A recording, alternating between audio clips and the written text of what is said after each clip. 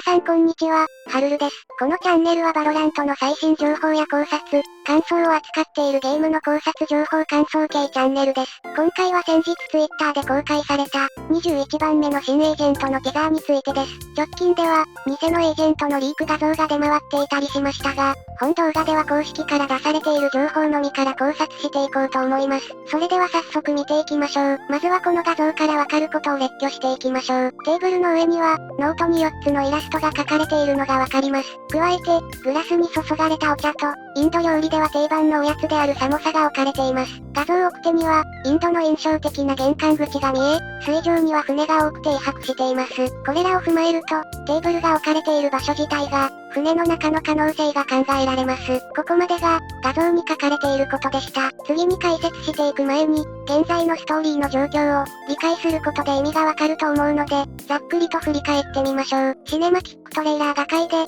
表の世界アルファアースが、裏の世界オメガアースに侵入に成功し、盗まれた物質レディアナイトの位置を特定していましたね。取り返したら終わりかと思っていたら、オメガアースの組織、バロラントレギオンは、レディアナイト以外の物質も使って悪いことをしようとしていることが判明しました。そこで、フェイドがバロラントレギオンについて調べていると、名簿の中に、バルンバトラという名前を発見しました。バトラのアルファ版を追跡すると、どうやら、フェイドが過去に所属していた組織レルムにいるということが判明しました。注意ですが、オメガの組織の名簿に書かれていたバトラの、アルファ版を追跡した理由ですが、シネマティックトレーラーに、オメガアースのバイパーがいたように、一般的には、両アースに同じ人物がいると思って構いません。フェイドがレルムの過去の同僚に聞いてみると、バトラ工作員は貴重なアーティファクトを盗難したまま逃亡したそうです。つまり、バロラントレギオンが使用しているもう一つの物質は、バトラ工作員が、レルムから盗難したものを使っているということ。これがどれだけすごいことかというと、レディアナイトは、アルファアースの技術を超発展させた物質である上に、レディアントと呼ばれる、超自然的能力を獲得した人たちを出現させた物質でもあるのです。ということは、新たにストーリー上に出現した、貴重なアーティファクトが、レディアナイトと同等のエネルギーを持つとするのならば、ここから登場するエージェントの中に、レディアナイト以外の物質で、能力を獲得した人が登場するということです。めちゃくちゃ面白くないですか？なお、これらの情報の裏付けに関しましては、シネマティックトレーラーと、バージョン 5.0 から 5.05 に至るまでに、演習上の地下で聞けるボイスメールとメールのみを使用しています。それでは、テザー画像の解説を踏まえて、一つずつ考察や解説をしていきたいと思います。一つ目は、ノートの左下に書かれているイラストについてです。こちらは、アルファアースと呼ばれる表の世界、ストーリーの主軸側の世界にある組織、レルムのマークと考えられます。レルムは、簡単に言うと、闇市場から歴史的遺物を回収する、多国籍チームです。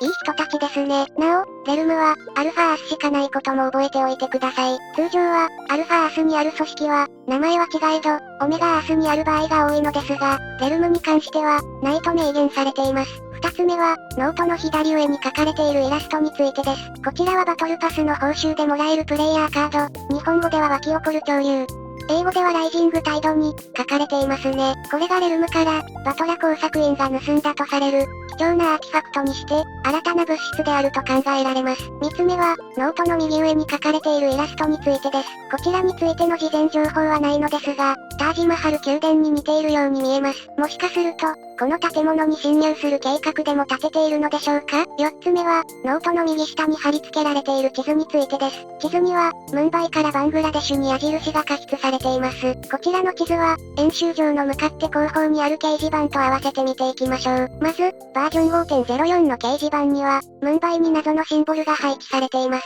次に、バージョン 5.05 の掲示板には、シンボルがバングラデシュに移動しています。先ほど、タージマハル宮殿に似ている建物と表現しましたが、所在地がアーグラという、ムンバイとバングラデシュの途中にあるので、現在、バングラデシュにいるとすると、ノートに書かれている建物は、タージマハル宮殿とは別物だと考えられます。つまり、このノートの持ち主は、建物に侵入して、このシンボルのものを盗品する、または、建物をアジトにしている、このシンボルの組織に何か用がある、このどちらかではないでしょうか？五つ目は、食べ物についてです。インドといえば世界最大の紅茶生産国なので、おそらく、グラスに注がれているのも紅茶だと考えられます。加えて、お皿に乗っている美味しそうな食べ物は、インド料理では定番のおやつであるサモサのように見えます。6つ目は、建物や船についてです。こちらは、ムンバイと検索をしてみると、そっくりな画像がたくさん見つけることができます。7つ目に、ノートの上にある鉛筆についてです。こちらはインドでは一般的なナタラジ鉛筆のようです。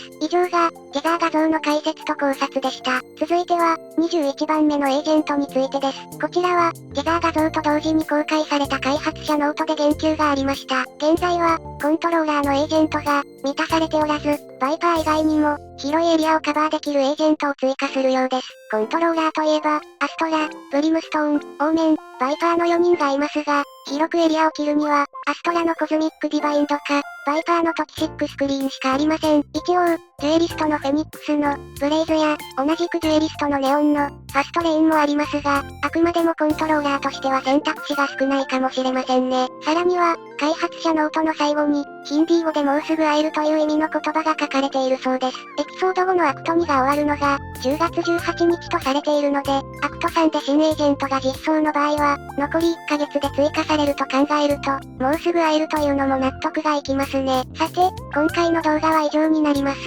皆さんはどう思いますでしょうか？また新しい情報があれば、共有したいと思っているので、よろしくお願いいたします。今回はご視聴ありがとうございました。ぜひ、コメントで皆さんの考察も聞かせてください。バイバイ。